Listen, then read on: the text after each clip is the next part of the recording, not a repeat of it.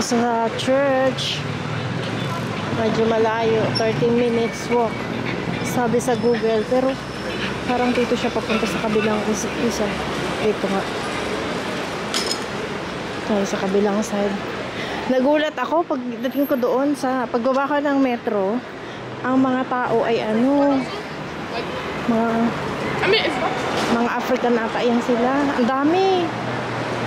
Oh, 56 bus, 56. Hindi na naman tayo lagi nakakapag-vlog. Nabisi na naman yung buhay natin.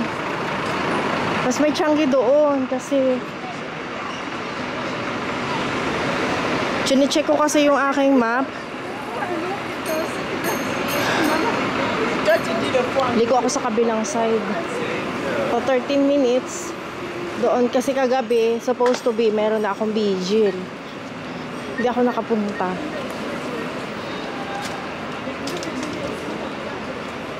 So punta ako ngayon dito. Dito ako liliko sa kabilang side.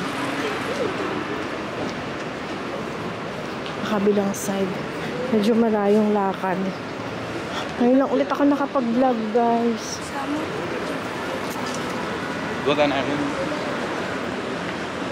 Ayan, oh, diretso. Papunta ba dito? No, diretso pa rin. Siguro sa kabila pang kanto. Okay naman, diretso naman. Open market yung doon sa nababaan ko.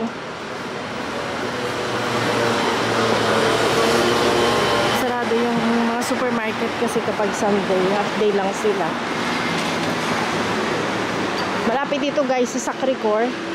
It's 15 minutes, 13 to 15 minutes walk. Doon sa ano kung niyan kasi galing ako sa school. Dumiretso lang ako dito. So, ayun. Ayun, expo. Higit pa ng dala ko. Dala ko yung computer ko. No, dapat nagliko ako doon. Aray ko. Dito ako sa isang kanto. Dapat ay naliko na. Kasi nag-13 minutes na naman siya. Dapat doon sa kabila pa lang naman ako. May mga wig, oh. Diba, oh?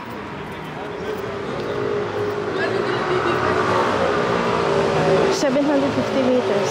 Doon na lang ako bili ko sa kabila.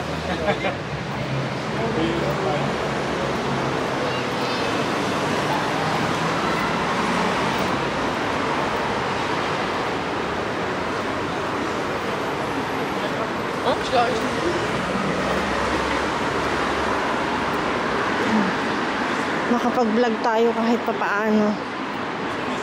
Dito kaya yan? Dito nga. Paakyat. Maglakad lang ako ng dahan-dahan. Para hindi mapagod.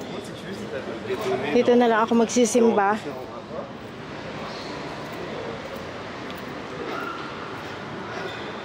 Para hindi na rin ako lumayo.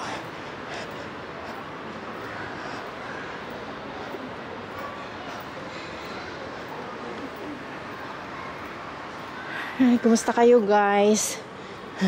Sa mga nagme-message sa akin, gawa na lang natin yun ng mga vlog, yung mga tanong nyo para maka-video ulit tayo. Enrollment na kasi ulit sa school ng French. So aral ulit tayo kasi very important dito yung marunong ka mag-French. Kasi ang hirap. Hindi ka marunong mag-aral.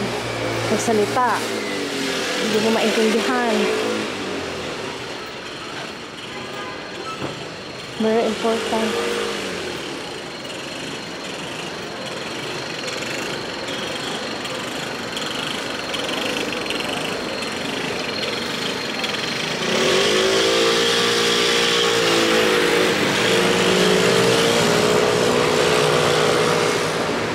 Minutes pa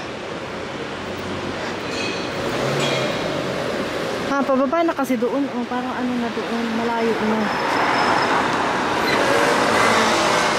Yun, pababa. Doon kung doon ako nagdire-diretso. So, dito tayo. Pero doon ako tatawid sa kabilang side.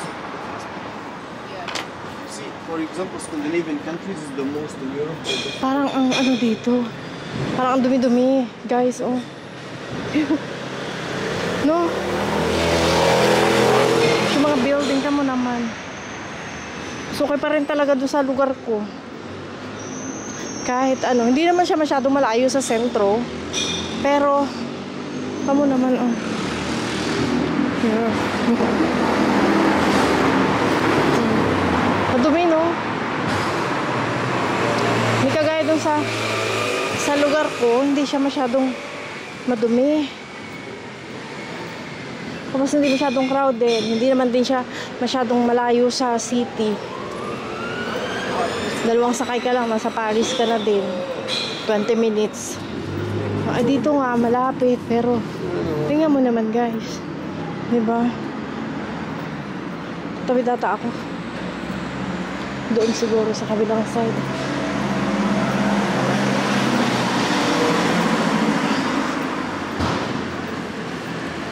Ay. Kaya kapag ikaw ay ano, ang tawag doon, yung mga nagtatanong sa akin kung paano makasurvive dito, mahirap, guys. Mahirap. Mahirap ang buhay dito. Lalo kapag wala kang trabaho, wala kang kakilala, wala kang bahay na titirhan, wala kang pera. Mahirap. Yun yung kahit may trabaho ka na, mahirap pa din eh. May mga building na yung mga luma.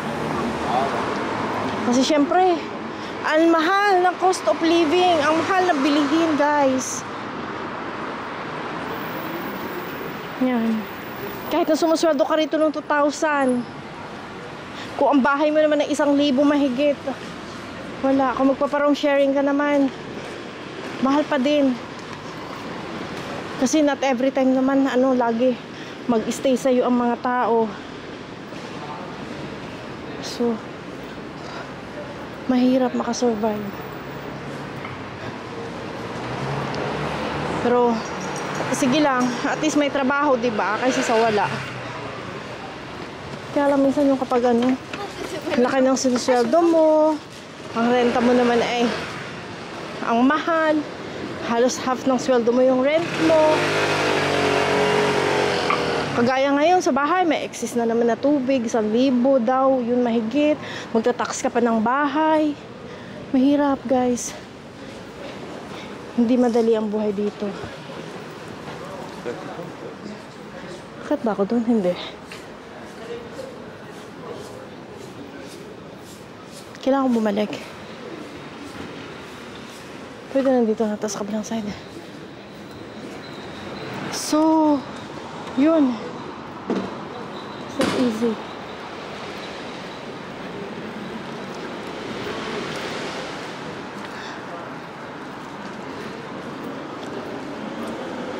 Mahal ng bilihin. Hindi naman, ano ang bilihin, guys, hindi naman bumababa, tumataas. Tapos yung sweldo, hindi naman agad-agad din tumataas. Yearly. So, hindi talaga siya madali.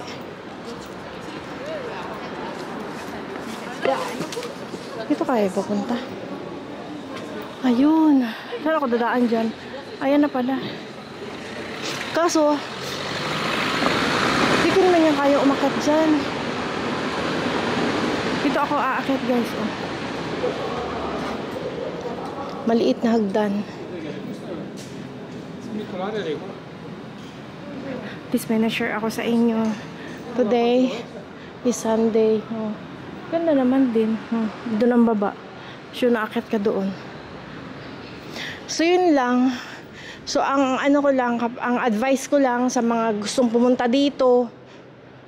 So, kailangan natin isiping mabuti kung tayo ba ay stable financially. Kasi, yung mga nakikita sa post na maganda ang buhay, hindi madali ang buhay dito, guys. Yun yung totoo. Siguro yung iba, malalaki yung sweldo.